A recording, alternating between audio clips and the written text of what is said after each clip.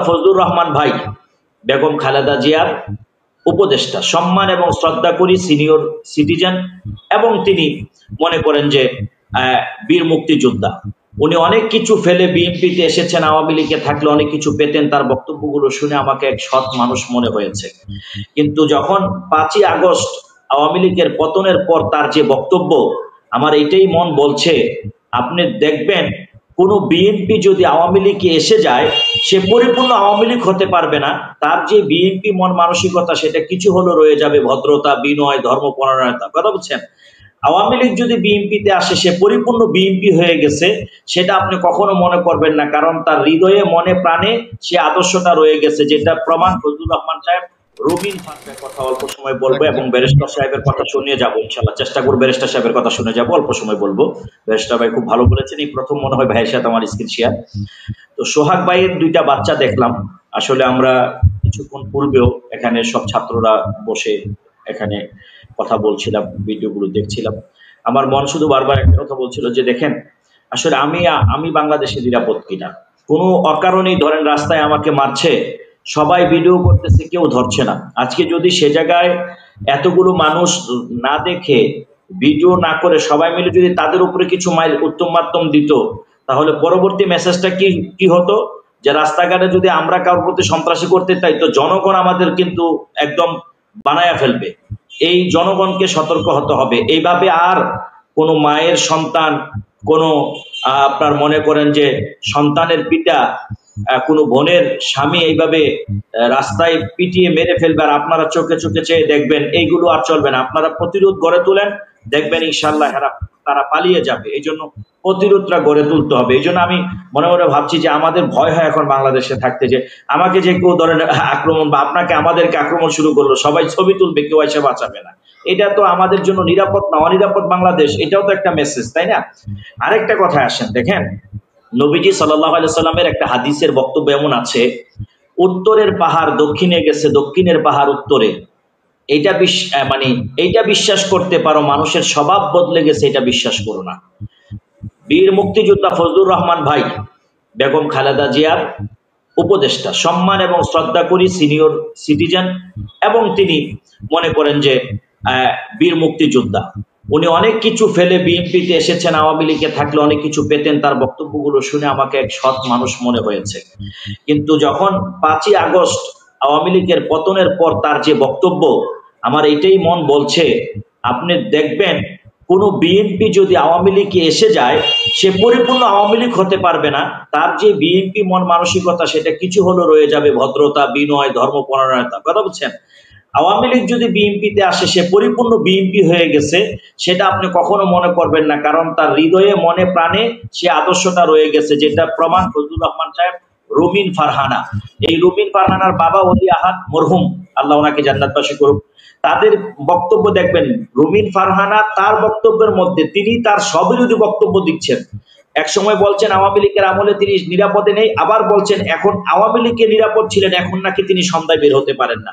তাহলে এই যদি হয় বিএনপির আদর্শিক মূল জায়গার নেত্রী, যাদেরকে চিনে মানুষ, জনগণ, তাহলে আজ কোন বিএনপির প্রতি আমি জনগণ ভরসা রাখবে, আপনি একটু বলেন, তাই না? এখন আমি আরো কিছু কথা এভাবে বলতে পারি।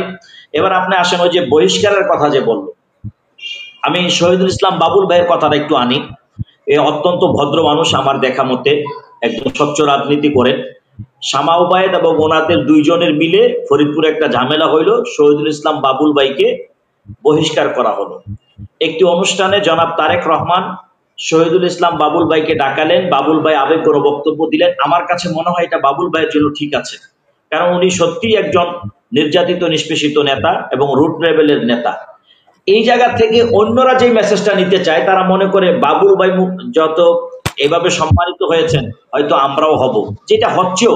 বহিষ্কার হইতেছে, 3 মাস পরে আবার সে ফিরে আসতেছে। তাহলে ওই যে আমার এক ভাই বলে গেলেন, বিচারটা তো তারা যদি সত্যিকার অর্থে এমন একটা বিচার দেখতেন যে তাকে আর আনাই হয়নি, তাহলে কিন্তু একজনের জন্য 20 জন ভালো হয়ে যেত, বা তাকে ডিমোশন করে দেওয়া হতো, তাহলে কিন্তু এই জায়গাগুলো কিছুটা কমে আসতো। সেই জায়গাগুলো কিন্তু এখন আমরা দেখছি না। তো যাই হোক, আমি সর্বশেষ এই কথাটাই বলতে চাই যে বিএনপির প্রতি মানুষের যে একটা সিম্পেথি বা ভালোবাসা তৈরি হয়েছে, যদি এরকম ঘটনা হয়, আমার হাসিনুর রহমান ভাই যেটা বলছেন, বুধবারের পরে বিএনপির প্রতি মানুষের অনেকাংশেই কিন্তু আবার নতুন করে অনেক মানুষ কিন্তু চোখ ফিরে মুখ ফিরিয়ে নিছে, এটা সত্য কথা, বাস্তব। এরকম কিছু ঘটনার কারণে জনগণ কিন্তু ফিরিয়ে নিবে, এবং এটা কিন্তু বিরোধীরা লুফে নিবে, যেটা হাসানাত আব্দুল্লাহ এক বক্তব্যে বলছে। এই ভিডিওটি আপনাদের মোবাইলে রাখুন আর একে অপরকে ছড়িয়ে দিন আর দেখান, এটার প্রভাব কিন্তু পড়বে।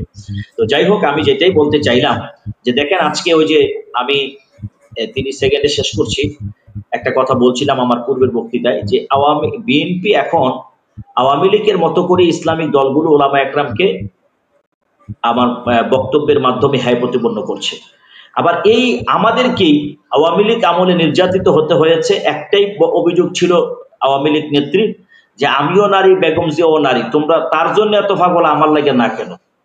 তাইলে আমরা তো সব দিক দিয়ে গেলাম, তাইলে এটা তো হলো না, এটা তো কৃতজ্ঞতা না ভাই।